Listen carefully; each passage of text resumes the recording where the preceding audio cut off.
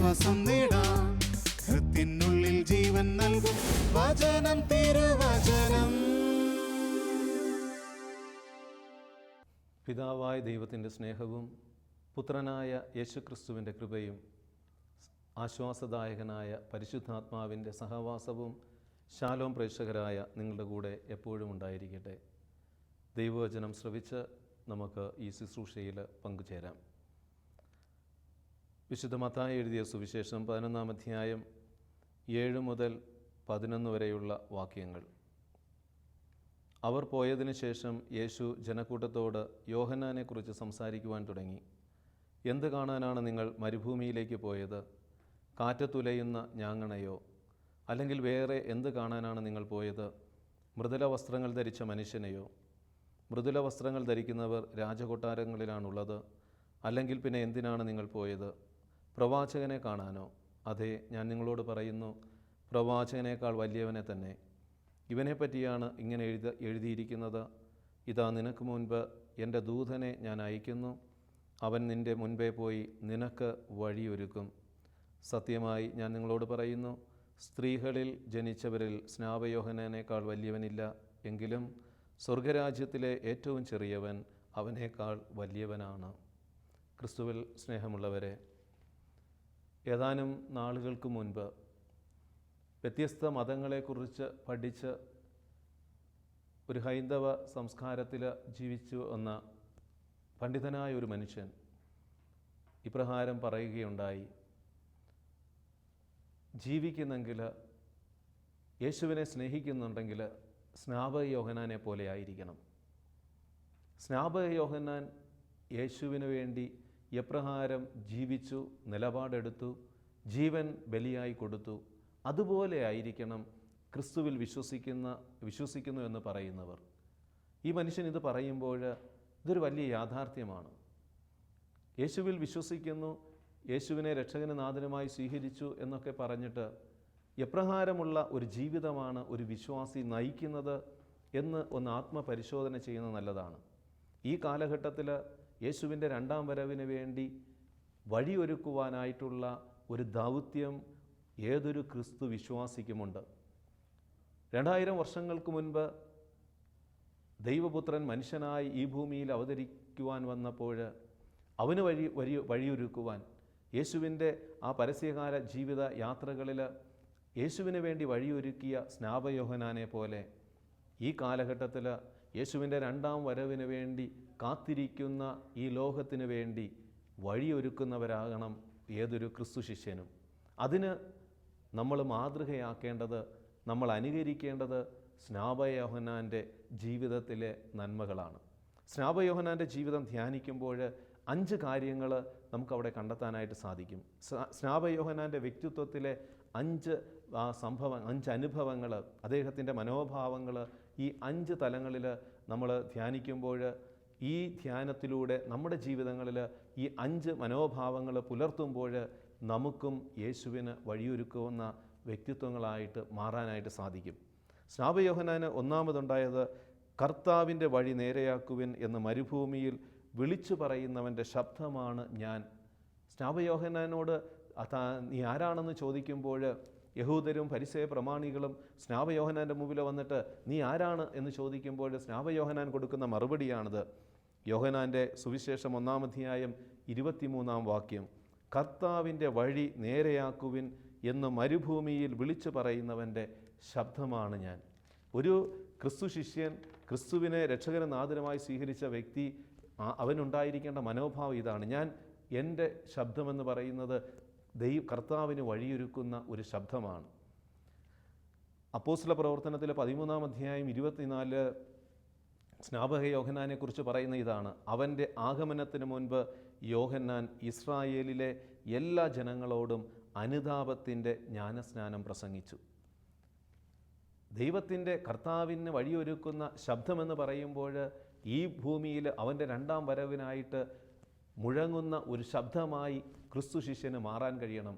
ആ ശബ്ദം മറ്റുള്ളവരെ മാനസാന്തരത്തിലേക്ക്, അനുതാപത്തിലേക്ക് നയിക്കുന്ന ശബ്ദമായിരിക്കണം.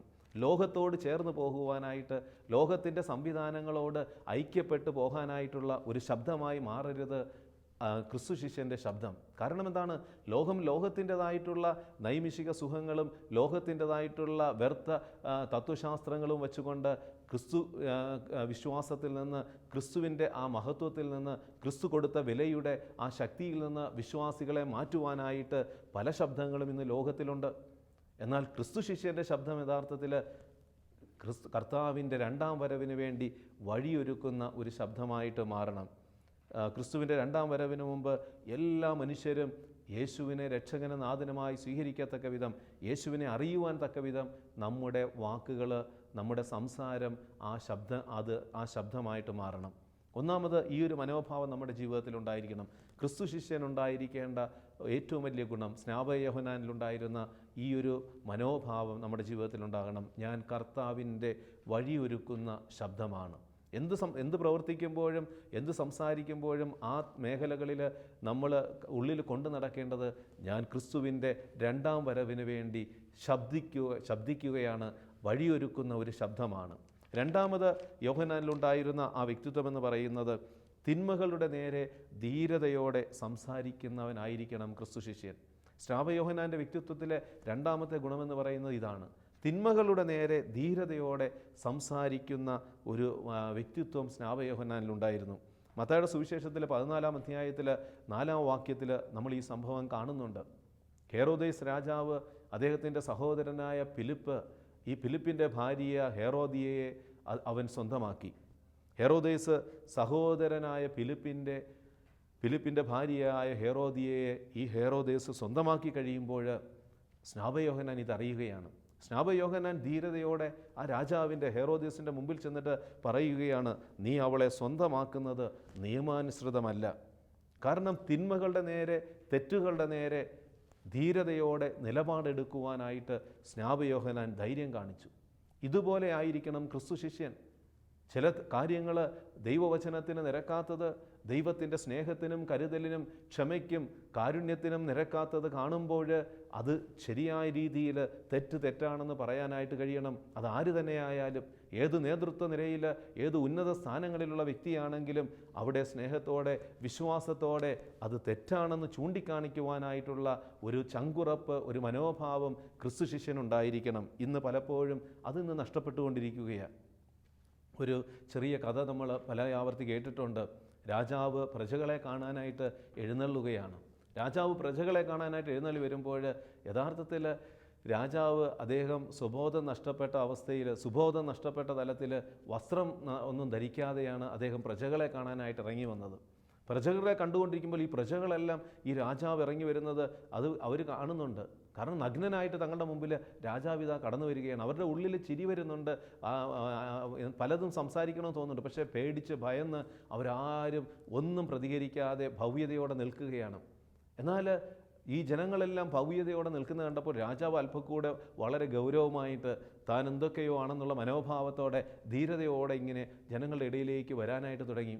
അപ്പോഴാണ് ആ കൂട്ടത്തിലെ ഒരു കുട്ടി, ഒരു ബാലൻ, അവൻ രാജാവ് നഗ്നനായിട്ട് വരുന്നത് കണ്ടപ്പോൾ പെട്ടെന്ന് അവനിങ്ങനെ ഉറക്കെ വിളിച്ചു, രാജാവ് നഗ്നനാണ്, രാജാവിന് തുണിയില്ല. പെട്ടെന്ന് രാജാവ് അപ്പോഴാണ് തൻ്റെ കുറവ് തിരിച്ചറിയുന്നത്. ആ നിമിഷം അദ്ദേഹത്തിൻ്റെ ശരീരത്തിലേക്ക് നോക്കി കഴിയുമ്പോഴാണ് അദ്ദേഹം പറഞ്ഞു, അയ്യോ, ഞാൻ വസ്ത്രമൊന്നും ധരിക്കാതെയാണല്ലോ ഈ പ്രജകളുടെ ഇടയിലേക്ക് കടന്നു വന്നത്. ശരിയായ കുറവുകളെ നോക്കിയിട്ട് ഈ മറ്റുള്ള ജനങ്ങളെല്ലാം എന്താണ്, അവർ തെറ്റ് കണ്ടു. അവർക്ക് വേണമെങ്കിൽ രാജാവിനോട് പറയാം, ഒത്തിരി പേരുടെ മനസ്സിലുണ്ട് രാജാവ് നഗ്നനാണ്, രാജാവ് ഇത് വളരെ വൃത്തിയിട്ട രീതിയിൽ ഇതാ പ്രജകളുടെ മുമ്പിൽ കടന്നു വരികയാണ്, ഇത് തെറ്റല്ലേ എന്ന് പറയാനായിട്ടുള്ള ചങ്കുറപ്പില്ലാതെ അവർ വളരെ നാട്യം കാണിച്ച് ഒരു അഭിനയത്തിൻ്റെ തലത്തിൽ നിൽക്കുകയാണ്. ഇന്ന് പലരുടെയും ജീവിതത്തിൽ ഇത് കാണാനായിട്ട് സാധിക്കും. തെറ്റാണെന്ന് കൂടെയുള്ളവർ ചെയ്യുന്നത് തെറ്റാണെന്ന് മനസ്സിലാക്കിയിട്ടും അവരുടെ പ്രീതി നഷ്ടപ്പെടാതിരിക്കുവാൻ, അല്ലെങ്കിൽ അവരെ ഭയപ്പെടുന്നത് കൊണ്ട് തെറ്റാണെന്ന് പറയാതെ ഒരു ഒഴുക്കൻ മട്ടിൻ്റെ രീതിയിൽ, അല്ലെങ്കിൽ ഒരു പരസ്പരം തിന്മയെയും നന്മയെയും ഒരുമിച്ച് കൊണ്ടുപോകാനായിട്ടുള്ളൊരു മനോഭാവം ഇന്ന് ക്രിസ്തു ശിഷ്യന്മാരുടെ ജീവിതത്തിൽ ഉണ്ടെങ്കിൽ അത് തിരുത്താനായിട്ട് സ്നാപക യോഹന്നാൻ്റെ വ്യക്തിത്വം ധ്യാനിക്കുമ്പോൾ വചനം പഠിപ്പിക്കുകയാണ്. ഇന്ന് പലരും നമ്മൾ കാണുന്നുണ്ട്, പല തരത്തിലുള്ള ഡ്രസ്സ്, വേഷവിധാനങ്ങൾ, അല്ല ഇന്ന് പലതരത്തിലുള്ള വസ്ത്രധാരണകൾ തന്നെ യേശുവിൻ്റെ വിശുദ്ധിക്ക് നിരക്കാത്ത തരത്തിൽ വസ്ത്രധാരണം നടത്തു പോകുന്നതില്ലേ ദേവാലയങ്ങളിൽ അല്ലെങ്കിലൊക്കെ വരുമ്പോൾ അത് തെറ്റാണെന്ന് പറയാൻ കഴിയണം. അതല്ല, വലിയ ഉയർന്ന നിലവാരത്തിൽ നിൽക്കുന്ന വ്യക്തിയാണ്, അതുകൊണ്ട് അവരോട് പറഞ്ഞു കഴിഞ്ഞാൽ അവരുടെ സ്നേഹം നഷ്ടപ്പെടും, അവരുടെ സഹായം നഷ്ടപ്പെടും എന്ന് കരുതി ഭൗതിക നേട്ടങ്ങൾക്ക് വേണ്ടി, ഭൗതിക സ്ഥാനമാനങ്ങൾക്ക് വേണ്ടി, ഭൗതിക നന്മകൾക്ക് വേണ്ടി നമ്മൾ തിന്മയാണെന്ന് പറയാതിരിക്കുമ്പോൾ ഓർത്തുകൊള്ളണം, നമ്മൾ ക്രിസ്തു ശിഷ്യരുടെ ആ തലത്തിലല്ല നിൽക്കുന്നത്. ക്രിസ്തുവിൻ്റെ രണ്ടാം വരവിന് വേണ്ടി വഴിയൊരുക്കുവാനായിട്ടുള്ള ഒരു ദൗത്യം നമ്മുടെ ജീവിതത്തിൽ നിക്ഷിപ്തമായിരിക്കുമ്പോഴും അത് നമ്മൾ മറന്നു പോവുകയാണ് ഇങ്ങനെയുള്ള തെറ്റുകൾ കാണുമ്പോൾ, പ്രതികരിക്കാതിരിക്കുമ്പോൾ. പ്രിയമുള്ളവരെ, ഇന്ന് പലതരത്തിൽ ദേവാലയത്തിലെ പെരുമാറ്റങ്ങൾ, കാരണം നമുക്കറിയാം പല കുറവുകൾ, കുറ്റങ്ങൾ ദേവാലയത്തിൻ്റെ ഉള്ളിൽ തന്നെ നമ്മൾക്ക് കണ്ടുമുട്ടാനായിട്ട് സാധിക്കും. വിശുദ്ധ കുർബാനയിൽ പങ്കെടുക്കാൻ വരുന്നു എന്ന് പറഞ്ഞിട്ട് ദേവാലയത്തിൻ്റെ പുറത്ത് നിന്നിട്ട് സംസാരിക്കുമ്പോൾ അതാര് തന്നെയായാലും അത് തെറ്റാണെന്ന് ചങ്കുറപ്പോടെ പറയാനായിട്ട് കഴിയണം. അതല്ല, അയ്യോ അത് പറഞ്ഞു കഴിഞ്ഞാൽ അവരെന്ത് വിചാരിക്കും, അവരുടെ സ്നേഹം കുറയുമോ, അവരല്ലെങ്കിൽ എനിക്കെതിരായിട്ട് നിലപാടുകൾ എടുക്കുമോ എന്ന്, അല്ലെങ്കിൽ എൻ്റെ ജീവൻ തന്നെ അപകടത്തിലാകുമോ എന്നൊക്കെ പേടിച്ച് തിന്മ കാണുമ്പോൾ മൗനം പാലിക്കുമ്പോൾ, പ്രിയമുള്ളവരെ, നമ്മുടെ ജീവിതം യഥാർത്ഥത്തിൽ ക്രിസ്തു ശിഷ്യൻ്റെ ആ യോഗ്യതയിൽ നിന്ന് നഷ്ടപ്പെട്ടു പോവുകയാണ്. ആ യോഗ്യത നമുക്ക് നഷ്ടപ്പെടുകയാണ്. മൂന്നാമത് സ്നാപയോഹന്നാനിൽ തെളിഞ്ഞു നിന്ന മൂന്നാമത്തെ വ്യക്തിത്വം എന്ന് പറയുന്നത് സ്വന്തം അയോഗ്യതകളെക്കുറിച്ചുള്ള അവബോധം. ഈ ഒരു അവബോധം എപ്പോഴും ഉണ്ടായിരുന്നു. കാരണം യോഹന്നാൻ്റെ സുവിശേഷത്തിൽ 1-ാം അധ്യായത്തിൽ 26-ഉം 27-ഉം വചനം ഇപ്രകാരമാണ്. കാരണം നിങ്ങളറിയാത്ത ഒരുവൻ നിങ്ങളുടെ മധ്യയുണ്ട്, അവൻ്റെ ചെരുപ്പിൻ്റെ വാറഴിക്കാൻ പോലും ഞാൻ യോഗ്യനല്ല. കാരണം ക്രിസ്തുവിൻ്റെ മുമ്പിൽ അയോഗ്യതകൾ ആ ഉള്ളൊരു തിരിച്ചറിവ് സ്നാപയോഹന്നാൻ ഉണ്ടായിരുന്നു. ക്രിസ്തുവുമായിട്ട് ധ്യാനിക്കുമ്പോൾ എത്രയോ കുറവുകളാണ് എൻ്റെ ജീവിതത്തിലുള്ളത്. അതുകൊണ്ട് മറ്റുള്ളവരോടുള്ള ഇടപെടലുകളിൽ ഒരു പൊങ്ങച്ചം കാണിക്കുവാനോ അല്ലെങ്കിൽ ഞാൻ ഏറ്റവും വലിയ വിശുദ്ധയാണെന്ന് പറഞ്ഞ് മറ്റുള്ളവരെ എല്ലാം ചെറുതാക്കി സംസാരിക്കുന്ന ഒരു മനോഭാവമില്ല. തെറ്റാണെന്ന് പറയുന്നതോടൊപ്പം മറ്റുള്ളവരുടെ മുമ്പിൽ ഒരു വിനയത്തിൻ്റെ ഭാവവും കൂടെ ക്രിസ്തു ശിഷ്യനുണ്ടായിരിക്കണം. എളിമയുണ്ടായിരിക്കണം, വിനയമുണ്ടായിരിക്കണം. തെറ്റാണെന്ന് ചൂണ്ടിക്കാണിക്കുവാനായിട്ടുള്ള ധീരത ഉള്ളതോടൊപ്പം തന്നെ സ്വന്തം അയോഗ്യതകളെക്കുറിച്ചുള്ള ഒരു അവബോധമുണ്ടാകുമ്പോഴാണ് എളിമയോടെ മറ്റുള്ളവരുമായിട്ട് ഇടപെടാനായിട്ട് സാധിക്കുക. സ്നാപയോഹന്നാൻ്റെ വ്യക്തിത്വത്തിൽ നമുക്കിത് കണ്ടെത്താനായിട്ട് സാധിക്കും. അയോഗ്യതകളെ തിരിച്ചുള്ള അറിവ്, ഒപ്പം എപ്പോഴും തൻ്റെ മുമ്പിൽ ക്രിസ്തു ഉണ്ടെന്നുള്ള തിരിച്ചറിവ്. പ്രിയമുള്ളവരെ, ക്രിസ്തു എപ്പോഴും നമ്മുടെ മുമ്പിലുണ്ടെന്നുള്ള ഒരു അവബോധമുണ്ടെങ്കിൽ നമുക്കെപ്പോഴും ഒന്ന് എളിമയോടെ, ക്ഷമയോടെ നമുക്ക് നമ്മുടെ കുറവുകളെ ധ്യാനിച്ച് നമുക്ക് മറ്റുള്ളവരുമായിട്ട് ഇടപെടാനായിട്ട് സാധിക്കും. നാലാമത് ക്രിസ്തു ശിഷ്യനുണ്ടായിരിക്കേണ്ട നാലാമത്തെ ഗുണം, സ്നാപയോഹന്നാനിൽ തെളിഞ്ഞു നിന്ന ഒരു ഗുണമെന്ന് പറയുന്നത് ക്രിസ്തു വളരുകയും ഞാൻ കുറയുകയും വേണം എന്ന തീഷ്ണതയും സന്തോഷവും. ക്രിസ്തു വളരുകയും ഞാൻ കുറയുകയും ചെയ്യണമെന്നുള്ള ഒരു തീഷ്ണതയും സന്തോഷവും. ക്രിസ്തു വളരുമ്പോൾ ഉണ്ടാകുന്ന ഒരു സന്തോഷമുണ്ട്. അതല്ലാതെ ഞാനല്ല വളരേണ്ടത്. നമ്മൾ വചനം പ്രകാരമാണ് യോഹന്നാൻ്റെ സുവിശേഷത്തിൽ 3-ാം അധ്യായം 26 യോഹന്നാൻ്റെ കൂടെ നടന്ന് യോഹന്നാൻ്റെ പഠനങ്ങൾ പഠിച്ച് കൂടെ നടന്ന ശിഷ്യന്മാരിൽ ചിലർ യേശു ആണ് യഥാർത്ഥ രക്ഷകനെന്ന് സ്നാപയോഹന്നാൻ ചൂണ്ടിക്കാണിച്ച ഒരു വേള. ഇതാ ലോകത്തിൻ്റെ പാപങ്ങൾ നീക്കുന്ന ദൈവത്തിൻ്റെ കുഞ്ഞാടെന്ന് പറഞ്ഞപ്പോൾ കുറേ ശിഷ്യന്മാർ സ്നാപയോഹന്നാനെ വിട്ട് യേശുവിൻ്റെ കൂടെ ചേരാനായിട്ട് തുടങ്ങി. ആദ്യം 2 ശിഷ്യന്മാർ പോയി. അവർ യേശുവിൻ്റെ പിറകെ പോയി. യേശു ചോദിച്ചു, നിങ്ങൾ എന്താണ് അന്വേഷിക്കുന്നത്? റബ്ബി, അങ്ങ് എവിടെയാണ് വസിക്കുന്നതെന്ന് ഈ സ്നാപയോഹന്നാൻ്റെ ശിഷ്യന്മാർ ചോദിക്കുന്നു. ഈശോ പറയുകയാണ്, വന്ന് കാണുക. അവർ ചെന്നു, യേശുവിൻ്റെ കൂടെ ഇരുന്ന് യേശുവിനോടൊപ്പം യേശുവിൻ്റെ ചിന്തകൾ ഒക്കെ മനസ്സിലാക്കി കഴിഞ്ഞപ്പോൾ അവർ വന്ന് മറ്റു ശിഷ്യന്മാരോട് യേശുവിനെക്കുറിച്ച് പറയാൻ തുടങ്ങി. അങ്ങനെ സ്നാപയോഹന്നാൻ്റെ കൂട്ടത്തിലുള്ള കുറേ ശിഷ്യന്മാർ ഇതാ അങ്ങോട്ട് പോകാനായിട്ട് തുടങ്ങി. ഈ സമയത്താണ് സ്നാപയോഹന്നാൻ്റെ കൂടെയുള്ള ചില ശിഷ്യന്മാർ വന്നിട്ട് ഇപ്രകാരം പറയുകയാണ്, എല്ലാവരും അവൻ്റെ അടുക്കലേക്ക് പോവുകയാണ്, യേശുവിൻ്റെ അടുക്കലേക്ക് എല്ലാവരും പോവുകയാണ്. ഇത് പറയുമ്പോൾ സ്നാപയോഹന്നാൻ്റെ ആ ഒരു മനോഭാവമുണ്ട്. സ്നാപയോഹന്നാൻ വചനം ഇപ്രകാരം സ്നാപയോഹന്നാൻ പറഞ്ഞ വചനം കാണിക്കുകയാണ്. യോഹന്നാൻ്റെ സുവിശേഷത്തിൽ 3-ാം അധ്യായം 30-ാം വാക്യം, സ്വർഗത്തിൽ നിന്ന് നൽകപ്പെടുന്നില്ലെങ്കിൽ ആർക്കും ഒന്നും സ്വീകരിക്കുവാൻ സാധിക്കുകയില്ല. ഞാൻ ക്രിസ്തുവല്ല, അവൻ വളരുകയും ഞാൻ കുറയുകയും വേണം. ഇന്ന് പലർക്കും ഈ ഒരു മനോഭാവം നഷ്ടപ്പെട്ടുകൊണ്ടിരിക്കുക. ഓരോരുത്തരും ഞാൻ വളരണം എന്നുള്ള ചിന്തയാണ്. എൻ്റെ പ്രശസ്തി, എൻ്റെ മഹത്വം, എൻ്റെ സ്ഥാപനങ്ങൾ ഇതുമാത്രം വളരണം, മറ്റുള്ളതൊക്കെ തകർന്നു കൊള്ളട്ടെ, അവർ വളരുന്നത് കാണുമ്പോൾ ഒരു സന്തോഷമില്ലാത്ത ഒരു മനോഭാവം ക്രിസ്തു ശിഷ്യനുണ്ടെങ്കിൽ ഓർത്തുകൊള്ളണം, അവൻ ക്രിസ്തുവിൻ്റെ രണ്ടാം വരവിന് വഴിയൊരുക്കുന്നവനല്ല. രണ്ടാം വരവിന് വഴിയൊരുക്കുന്നവനല്ല. യേശുവിൻ്റെ രണ്ടാം വരവിന് വഴിയൊരുക്കണമെങ്കിൽ യേശു വളരണം, ക്രിസ്തു വളരണം, ഞാൻ കുറയണമെന്നുള്ള അവബോധമുണ്ടാകണം. ഇന്ന് വ്യത്യസ്തങ്ങളായി കുറ്റപ്പെടുത്തുന്നതല്ല. ഇന്ന് പല വിശ്വാസികളും പലതരത്തിലുള്ള തെറ്റിദ്ധാരണകൾക്ക് അടിമപ്പെട്ട് ധ്യാനകേന്ദ്രങ്ങൾ മാത്രമായിട്ട് ഇങ്ങനെ ഓടിക്കൊണ്ടിരിക്കുകയാണ്. ഒരു ധ്യാനകേന്ദ്രത്തിലെ അംഗത്വവും മെമ്പർഷിപ്പും എടുത്ത് ഇതാണ് ഏറ്റവും വലിയതെന്നുള്ള മനോഭാവത്തോടെ മറ്റുള്ളതിനെല്ലാം പുച്ഛിച്ച് സംസാരിച്ചിട്ട് ഞങ്ങളുടെ ധ്യാനകേന്ദ്രം വളരട്ടെ വളരട്ടെ എന്ന് പറഞ്ഞുള്ള മനോഭാവവും നിലപാട് എടുക്കുന്നത്. ഇവിടെ ദൈവം നമ്മളെ വിളിച്ചിരിക്കുന്നത് ധ്യാനകേന്ദ്രങ്ങൾ വളർത്താനല്ല. ദൈവം ഇവിടെ നമ്മളെ വിളിച്ചിരിക്കുന്നത് ഏതെങ്കിലുമൊക്കെ സ്ഥാപനങ്ങൾ ഉയർത്തി പൊക്കുവാനല്ല. ദൈവം നമ്മളെ വിളിച്ചിരിക്കുന്നത് വിഭാഗീയതയുടെ പേരിൽ മർദ്ദിച്ച് കലഹിച്ച് നമ്മൾ സ്വയം വളരുവാനായിട്ടുള്ള തത്രപ്പാടുകൾ എടുക്കുവാനല്ല. ക്രിസ്തു നമ്മളെ വിളിച്ചിരിക്കുന്നത് അവൻ്റെ രണ്ടാം വരവിനായിട്ട് വഴിയൊരുക്കുവാനാണ്. അത് വഴിയൊരുക്കണമെങ്കിൽ ക്രിസ്തു വളരണം, ഞാൻ കുറയണമെന്നുള്ളൊരു അവബോധമുണ്ടാകണം. കാരണം ഏതെങ്കിലുമൊക്കെ മേഖലകൾ ആത്മീയ തലങ്ങളിൽ അവരുയരുമ്പോൾ അതിൽ സന്തോഷിക്കണം. അതല്ലാതെ ഞാൻ കുറഞ്ഞു പോവുകയാണ്, മറ്റുള്ളവരൊക്കെ വളരുകയാണെന്നുള്ള ചിന്തയോടുകൂടി ചില കുതന്ത്രങ്ങൾ, തെറ്റായ നിലപാടുകൾ എടുക്കുന്നവരെ കാണാനായിട്ടിടയായിട്ടുണ്ട്. ഏതാനും നാളുകൾക്ക് മുമ്പ് ഒരു പ്രാർത്ഥനാ കൂട്ടായ്മയിൽ ഒരുമിച്ച് പ്രവർത്തിച്ചു കൊണ്ടിരുന്ന ചിലർ കുറച്ച് നാൾ കഴിഞ്ഞപ്പോൾ ചിലർ ആ പ്രാർത്ഥനാ കൂട്ടായ്മ വിട്ട് വേറൊരു പ്രാർത്ഥനാ കൂട്ടായ്മ തുടങ്ങി. അപ്പോൾ ഈ പ്രാർത്ഥനാ കൂട്ടായ്മ തുടങ്ങി ഇങ്ങനെ അവർ പൊയ്ക്കൊണ്ടിരിക്കുക, സഭയോട് ചേർന്ന് പ്രാർത്ഥിക്കുന്നു, എല്ലാം ചെയ്യുന്നുണ്ട്. അപ്പോൾ ആദ്യമുണ്ടായിരുന്ന പ്രാർത്ഥനാ കൂട്ടായ്മയിലെ ലീഡേഴ്സിന് വല്ലാത്ത ദേഷ്യമായി. ഇപ്പോൾ അവർ പരസ്പരം സംസാരിക്കാൻ തുടങ്ങി, ഇവരെ ഇങ്ങനെ വിട്ടാൽ ശരിയാവില്ല, നമ്മുടെ കൂട്ടത്തിലൊക്കെ നിന്ന് പ്രാർത്ഥനയിലും ഇതിലൊക്കെ ഉണ്ടായിരുന്നിട്ട് ഇപ്പം നമ്മളെ തള്ളി പറഞ്ഞ് വേറൊരു കൂട്ടായ്മയിൽ പോയിരിക്കുകയാണ്. അവന്മാർക്ക് നല്ലൊരു പണി കൊടുക്കണം, അവന്മാരെ ഒന്ന് ശരിയാക്കണം. വാശിയും വെറുപ്പും വൈരാഗ്യവും. എന്തേ? ക്രിസ്തു വളരണമെന്നുള്ള ചിന്തയല്ല, ഞാൻ വളരണം, കാരണം എൻ്റെ പ്രസ്ഥാനം വളരണം, ഞാൻ കെട്ടിപ്പൊക്കുന്നത് അത് എന്ന് നിലനിൽക്കണമെന്നുള്ള വാശിയും ധാർഷ്ട്യവും ഒരു വ്യക്തിയുടെ ജീവിതത്തിൽ കടന്നു വരുമ്പോൾ അവൻ ക്രിസ്തു ശിഷ്യനല്ലാതായി മാറുകയാണ്.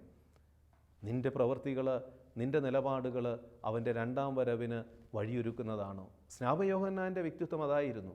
പ്രിയമുള്ളവരെ, വീണ്ടും നമ്മൾ സ്നാപയോഹന്നാൻ്റെ ആ വ്യക്തിത്വത്തിൽ കാണുന്ന നാലാമത്തെ നന്മയെന്ന് പറയുന്നത് ജീവിതത്തിൻ്റെ അവസാന നിമിഷങ്ങളിലും പ്രത്യാശയോടെ ജീവിക്കാനായിട്ടുള്ളൊരു കരുത്ത് സ്നാപയോഹന്നാനിലുണ്ടായിരുന്നു. കാരണം പരാജയപ്പെടുന്ന എന്ന് തോന്നുന്ന മേഖലകളിലും സ്നാപയോഹന്നാൻ പ്രത്യാശയോടെ ശാന്തനായിട്ട് നിൽക്കുകയാണ്. നമ്മൾ കാണുന്നുണ്ട് സ്നാപയോഹന്നാൻ്റെ ജീവിതം. ഹെറോദേസിനെതിരായിട്ട് അവൻ ചെയ്ത തെറ്റ് ചൂണ്ടിക്കാണിച്ചു കഴിയുമ്പോൾ സ്നാപയോഹന്നാനെ കാരാഗ്രഹത്തിലടയ്ക്കുന്നു. കാരാഗ്രഹത്തിൽ അവിടെ കിടക്കുമ്പോൾ സ്നാപയോഹന്നാൻ ഇങ്ങനെ ചിന്തിക്കുന്നുണ്ട്, കടന്നുപോയ ആ വഴികളെക്കുറിച്ച്, കഴിഞ്ഞ നാളുകളിൽ സംഭവിച്ചതിനെയൊക്കെ കുറിച്ച്. അപ്പോഴും സ്നാപയോഹന്നാൻ നഷ്ടധൈര്യനായിട്ട് മാറുന്നില്ല. പ്രത്യാശയോടെ ശാന്തതയോടെ ആ പ്രതിസന്ധികളുടെ മുമ്പിലും ആ വിശ്വാസത്തിൽ ഉറച്ചു നിൽക്കുകയാണ്. തന്നെ ഏൽപ്പിച്ച ദൗത്യം വിശ്വസ്തയോടെ പൂർത്തീകരിച്ചു എന്ന് പറയുന്ന ഒരു മനോഭാവം. യെശയ്യാ പ്രവാചകൻ്റെ പുസ്തകത്തിൽ 49 അധ്യായം 4 വാക്യം ഇപ്രകാരമാണ്: ഞാൻ പറഞ്ഞു, ഞാൻ വ്യർത്ഥമായി അധ്വാനിച്ചു, എൻ്റെ ശക്തി വ്യർത്ഥമായും നിഷ്ഫലമായും ചെലവഴിച്ചു, എങ്കിലും എൻ്റെ അവകാശം കർത്താവിലും പ്രതിഫലം ദൈവത്തിലുമാണ്. അപ്പോൾ ലോകത്തിൻ്റെ മുമ്പിൽ പരാജയപ്പെടുന്നു എന്ന് തോന്നിയാലും ദൈവത്തിൽ പ്രത്യാശ അർപ്പിച്ച് ശാന്തതയോടെ നിലനിൽക്കുന്ന ഒരു ജീവിതം ക്രിസ്തു ശിഷ്യനുണ്ടായിരിക്കണം. ഒത്തിരി കാര്യങ്ങൾ നമ്മൾ ചെയ്തിട്ടുണ്ടാകാം, വലിയ കാര്യങ്ങൾ നമ്മൾ ചെയ്തിട്ടുണ്ടാകാം.